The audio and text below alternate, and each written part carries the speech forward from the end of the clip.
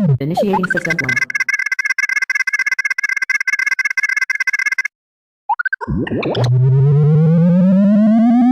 System 1 loaded.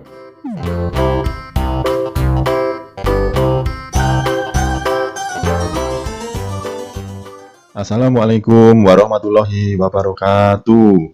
Salam sejahtera bagi kita semua. Anak-anak, hari ini kita akan belajar tema 5, pahlawanku. Subtema yang kedua, pembelajaran yang ke-5, pahlawanku, kebanggaanku. Anak-anak, tahukah kalian siapa pahlawan Indonesia yang dijuluki sebagai Bapak Pendidikan Nasional? Kira-kira siapa ya? Pahlawan yang dijuluki Bapak Pendidikan Nasional adalah Ki Hajar Dewantara. Ayo kita bahas bersama-sama. Ki Hajar Dewantara, nama asli Ki Hajar Dewantara adalah Raden Mas Suwardi Suryaningrat. Beliau lahir di Yogyakarta pada tanggal 2 Mei 1889.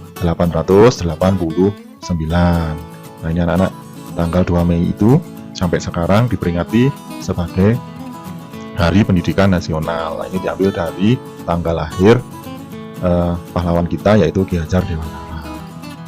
Raden Mas Suwardi Suryaningrat menamatkan pendidikan dasar di Yogyakarta dan sempat melanjutkan ya, pendidikannya di Skotlandia.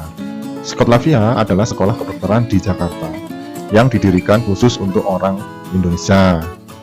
Kemampuannya berbahasa Belanda digunakannya untuk menuliskan kritikan-kritikan terhadap pemerintah Belanda. Ini anak-anak fotonya Ki Hajar Dewantara ini ya, pakai kopiah ya, pakai kacamata. Pada tanggal 3 Juli 1922, Ki Hajar Dewantara mendirikan perguruan yang dinamakan Taman Siswa, yaitu sekolah nasional pertama kali bagi rakyat Indonesia. Taman Siswa merupakan bentuk nyata perjuangan melawan penjajah, karena beliau yakin bahwa pendidikan akan membantu mencapai tujuan, yaitu kemerdekaan bangsa. Jasa Ki Hajar Dewantara sangatlah besar dalam dunia pendidikan. Beliau mendapat gelar Bapak Pendidikan Nasional, dan tanggal lahirnya 2 Mei diperingati sebagai Hari Pendidikan Nasional.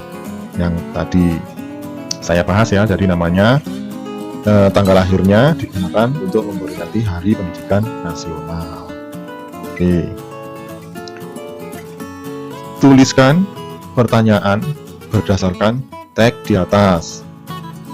Kira-kira apa ya pertanyaan yang berdasarkan tag di atas? Nah, ini ada 3 ya anak-anak ya. Yang pertama, bisa mengapa Ki Hajar Dewantara dikenal sebagai Bapak Pendidikan? Itu boleh. Yang kedua, apa saja? Apa jasa Ki Hajar Dewantara bagi bangsa Indonesia? Boleh. Yang ketiga, sikap apa yang bisa kita contoh dari Ki Hajar Dewantara? Juga bisa. Tuh, dari 3 pertanyaan yang sesuai teks di atas tadi ya. Apa jasa Ki Hajar Dewantara bagi bangsa Indonesia? Banyak ini ya, terutama di dalam bidang pendidikan.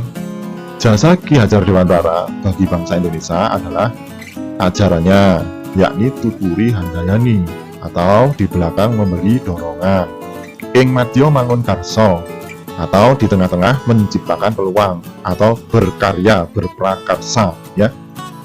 Yang ketiga, ing ngarsa sung tulodo, di depan memberi teladan ya, seperti itu ya. Maksudnya bagaimana sih itu? Kalau tuturi handayani, jadi jika kita di belakang itu memberi semangat ya. Ing madya mangun karso, jika di tengah-tengah kita membuat prakarya ya.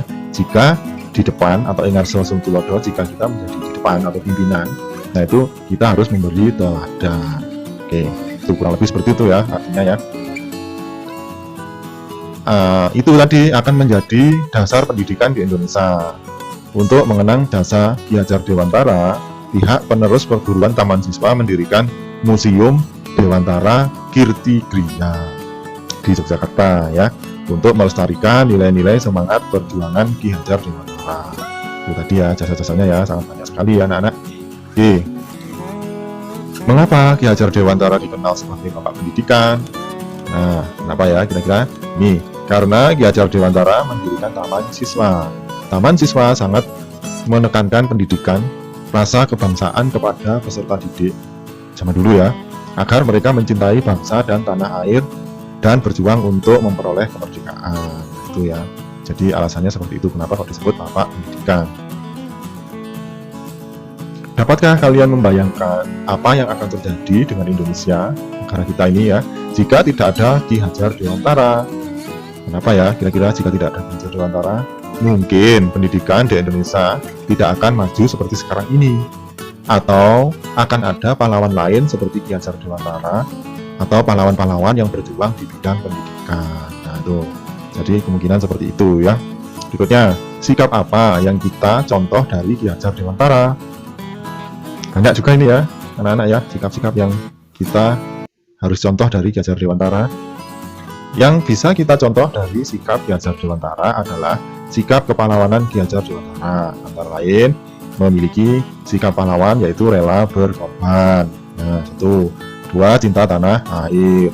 3. Selalu mengedepankan kepentingan bersama. Yang berikutnya, berjiwa persatuan dan kesatuan. Yang terakhir, semangat nasionalisme yang tinggi.